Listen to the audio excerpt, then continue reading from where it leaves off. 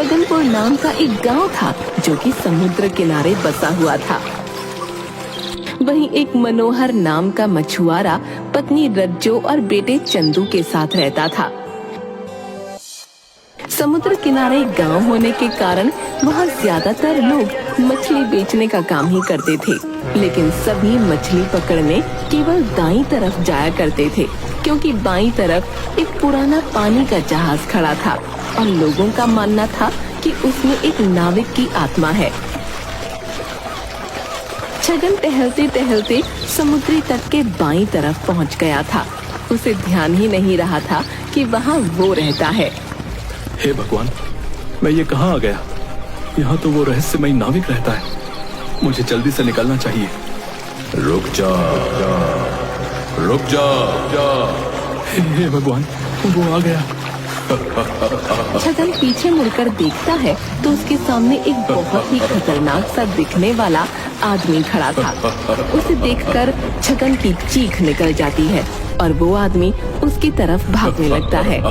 छगन भी हड़बड़ाकर वहाँ से भागता है और एक पत्थर से टकराकर गिर पड़ता है। वो खतरनाक आदमी अब छगन के पास आ चुका था और तभी छगन बेहोश हो जाता है। तो इससे किसने बोला था वहां जाने को? ये तो होना ही था।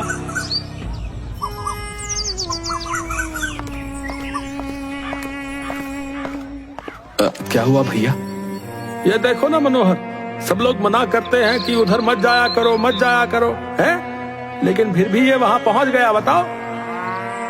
तो इसका ये हाल उस नाविक ने किया है? नहीं, लेकिन नाविक इसके पीछे पड़ गया था तो ये भागा और लड़खड़ा कर एक पत्थर पर गिर पड़ा। जिंदा बच गया, यही बहुत है, वरना वो नाविक इसे खा जाता।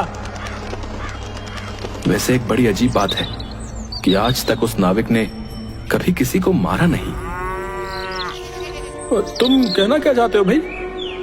नहीं, कुछ नहीं।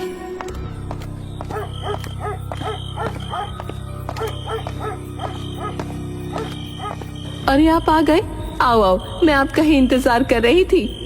मेरा इंतजार करने का कोई फायदा नहीं है, क्योंकि मैं आज भी कुछ खाने को नहीं लाया हूँ। हे भगवान, ऐसे कैसे चल पाएगा? आज भी आपको कोई मछली नहीं मिली क्या?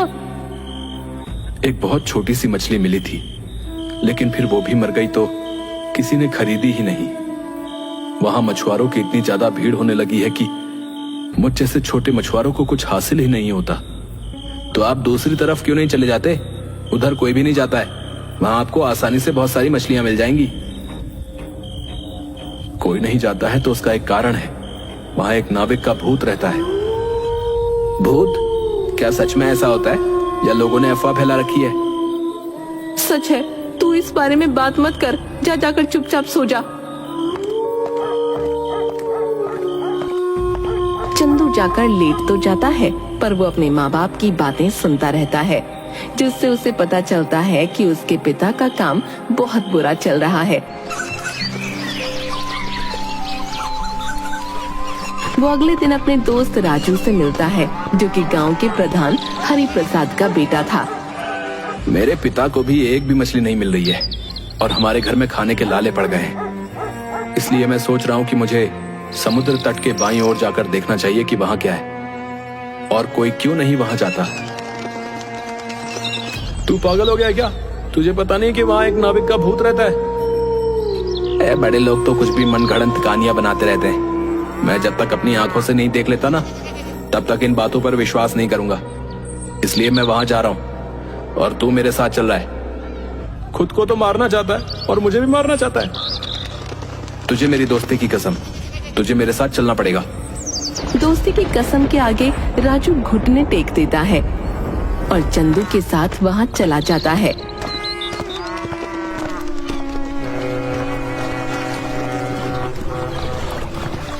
वहां वो लोग देखते हैं कि समुद्र किनारे एक पुराने जमाने वाला पानी का जहाज खड़ा है, जो कि काफी हद तक बर्बाद हो चुका है।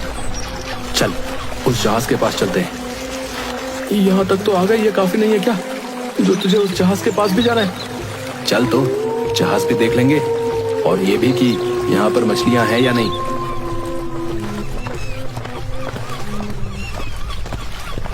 वो लोग उस जहाज के पास पहुंचते हैं और पानी में देखते हैं तो वहाँ काफी मछलियाँ होती हैं। ये देखकर चंदू बहुत खुश हो जाता है, पर तभी उन्हें पीछे से किसी की आवाज आती है। मेरे शिकार आओ। ये तो वही रहस्यमयी नाविक है। भाग चंदू, ये भूत है। अरे चंदू जल्दी चल यहाँ से, वरना ये हमें मार डालेगा। अरे रुक तो, नहीं ये हमें मार डालेगा।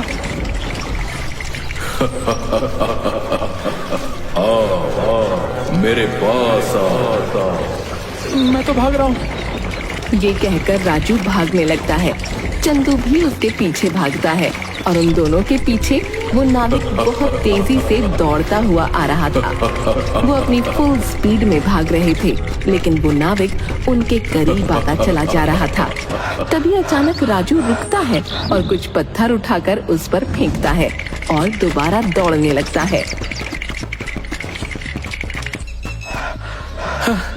आज हम बस बच ही गए, वरना हम उस नाविक का शिकार बन गए होते।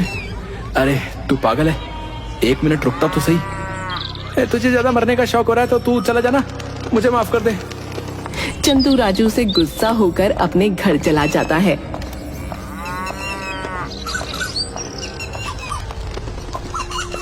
इधर राजू अपने पिता के पास जाता है और उनसे मछुआरों की दिक्कत की बात करता है, क्योंकि वो भले ही डरपोक था, लेकिन था तो चंदू का दोस्त। उसे अपने दोस्त की फिक्र तो थी।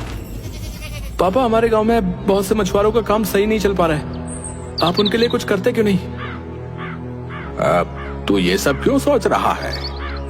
क्योंकि आप नहीं सोच रहे हो, आप गांव के प्रधान हो, आपको इन चीजों का ख्याल रखना चाहिए। आपको पता भी है कि कितने ही मछुआरे भूखे सो रहे हैं आजकल। तो तुम्हें क्या मतलब है? तुम्हें तो खाने को मिल रहा है ना, खाओ और ऐश करो।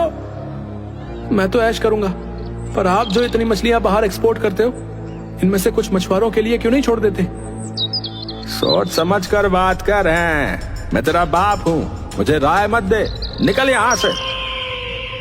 राजू को अपने पिता की बातें सुनकर बहुत दुख होता है और साथ ही चंदू की बातें उसके कानों में गूंजने लगती हैं। इसका मतलब चंदू की बात बिल्कुल सही थी। मेरे पापा प्रधान हैं, पर उन्हें मछुआरों की दिक्कत से कोई मतलब नहीं है, और उन बेचारे मछुआरों के घर में खाने को नहीं है।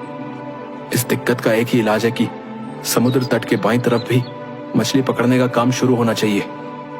राजू को पूरी दिक्कत और उसका समाधान समझ तो आ गया था, लेकिन उसका डर उसे रोक रहा था। वहीं दूसरी तरफ चंदू के घर उसकी डांट पड़ रही थी, क्योंकि किसी ने उसे बाईं तरफ जाते देख लिया था। सच सच बता, क्यों गया था उधर? मैं उधर नहीं गया था। झूठ मत बोल, छगन ने तुझे जाते देखा था, तेरे साथ एक और लड़का भी था। सच सच बता, उधर क्यों गया था? तुझे यहाँ खेलने के लिए जगह कम पड़ रही है क्या, जो उधर चला गया? मैं वहाँ खेलने नहीं गया था। हाँ, अब आया ना लाइन पर। मतलब तू गया तो था उधर, अब ये भी बता दे कि क्यों गया था। दाईं तरफ मछली पकड़ने में पिताजी को बहुत दिक्कतें हो रही हैं, इसलिए मैं बाईं तरफ देखने गया था कि क्या वहाँ मछली पकड़ी जा सकती है या नहीं, ताकि हमारे घर के हालात सुधर सकें। ये सुनते ही रज्जो और मनोहर का गुस्सा प्यार में बदल गया। दोनों रोने लगे और चंदू को समझाने लगे कि उसे वहाँ दोबारा कभी नहीं जाना चाहिए। लेकिन नहीं, कोई लेकिन वेकिन नहीं। वादा कर कि आज के बाद तू उधर नहीं जाएगा। वादा कर। मैं वादा करता हूँ कि मैं आज के बाद कभी उधर नहीं जाऊंगा। चंदू मजबूरन वादा कर लेता है।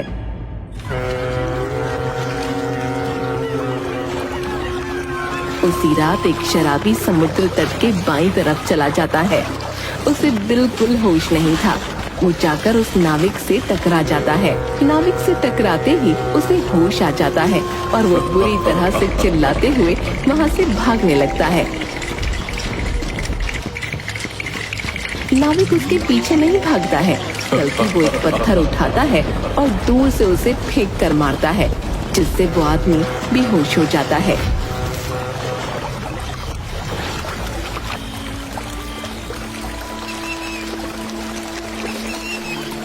अगली सुबह वो नंगा चौराहे पर पड़ा मिलता है।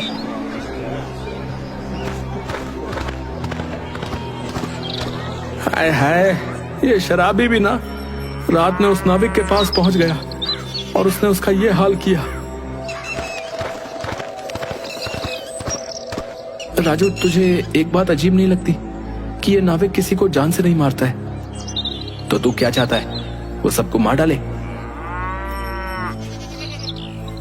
मैं क्या चाहता हूँ ये पॉइंट नहीं है। अगर वो सचमुच एक भूत है तो वो लोगों को मारता क्यों नहीं है, ये पॉइंट है।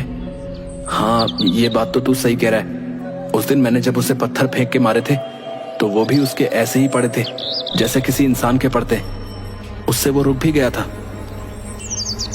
यही तो मैं भी कहना चाह रहा हूँ, शायद ये शक हमारा सही हो कि वो रहस्यमय नाविक कोई भूत नहीं बल्कि इंसान। पर वो इंसान ऐसा क्यों कर रहा है, इसका पता लगाना पड़ेगा और उसके लिए हमें वहां दोबारा जाना होगा।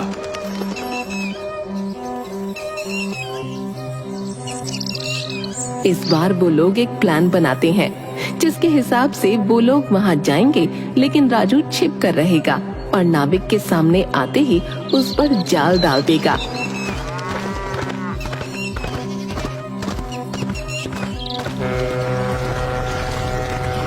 नाविक जी, नाविक जी।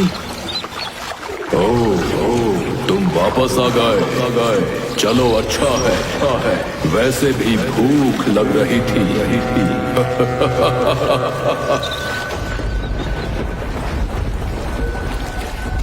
ये कहकर वो नाविक चंदू की तरफ भागना शुरू कर देता है और चंदू अपनी जगह पर खड़ा रहता है।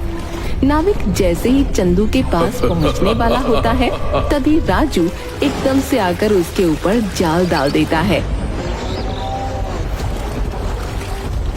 और अगले ही पल दोनों उस नाविक पर चढ़कर बैठ जाते हैं। देखा, मैंने कहा था ना, ये कोई भूत नहीं इंसान है। तुम सही कह रहे हो, इसने हम सबको बहुत परेशान किया है। मैं इसको मार डालूंगा। नहीं, अरे रुक जाओ, पहले इसका उद्देश्य तो पता चलने दो। बता साले, तू ये क्यों कर रहा था? बताता या पत्थर से तेरा सिर कुचल दूं? छोड़ो मुझे, वरना अच्छा नहीं होगा। नहीं बताएगा, रुक अभी तेरा सर फोड़ता हूँ। अच्छा, रुको, मैं सब सच बताता हूँ। दरअसल मैं प्रधान के लिए काम करता हूँ। उसने मुझे यहाँ भूत बनकर रहने का काम दिया है, जिससे इस पूरे हिस्से पर उसका राज चल सके। वो यहाँ की सारी मछलियाँ खुद बेच सके और मुनाफा कमा सके।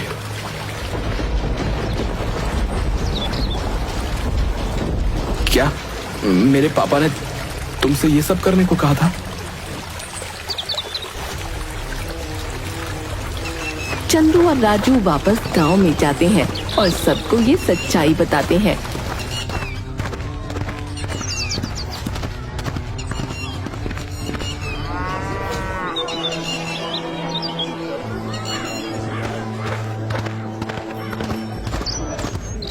मछुआरों को जब सच्चाई पता चलती है तो सब प्रधान के घर के आगे धरना देने लगते हैं।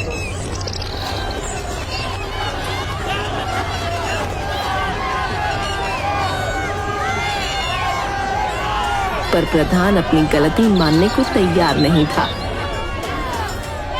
तब राजू कहता है, पापा, आप लोगों को उनका हक दोगे या मैं आपको छोड़कर चला जाऊं? मैं चला ही जाता हूं। अब रुक जाओ बेटा, मैं अपना गुनाह कबूल करता हूं। मैं मानता हूं कि ये मैंने ही किया था। वहां कोई भूत नहीं था। ये भूत मैंने अपने फायदे के लिए बनाया था। आप लोग मुझे माफ कर दीजिए। अब से समुद्री तट का बायां हिस्सा भी आप लोगों का है। ये सुनकर सारे मछुआरे खुश हो जाते हैं। चंदू के माता पिता के साथ सारे मछुआरों की दिक्कत अब दूर हो चुकी थी। अब कोई रहस्यमय नाविक नहीं था, सिर्फ खुशहाल मछुआरे थे।